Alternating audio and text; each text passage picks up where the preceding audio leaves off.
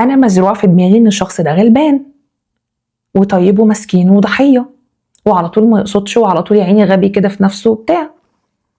فيعمل الموقف او يقول كلمه تتكرر في نمط للموضوع. هي مش فكره غلطه والسلام، لا، ده في مضايقه كل شويه من الشخص ده، انا مش فاهم في ايه السبب، بس انا اتضايقت لما عمل كذا او قال كذا. فيرجع دماغي يقول لي بس هو غلبان، فنرجع اقول بس انا اتضايقت. طب هل انا حساس؟ طب هل انا كنت المفروض اعمل حاجه تانية عشان ما يبقاش ده رد فعله؟ نبتدي نلوم على نفسنا ان احنا اتصرفنا بطريقه كويسه وهو اللي قابل ده بطريقه مش كويسه. فيرجع عقلي تاني يقول لي لا بس هو غلبان، هو قال لي انه غلبان، هو دماغي ما بيقوليش هو قال لي انه غلبان، بس انا ده اللي مزروع في دماغي. خلي بالكم كلمه مزروع هي خلاص لزقت في دماغنا ان هو شخص غلبان لانه بيمثل على المدى الطويل.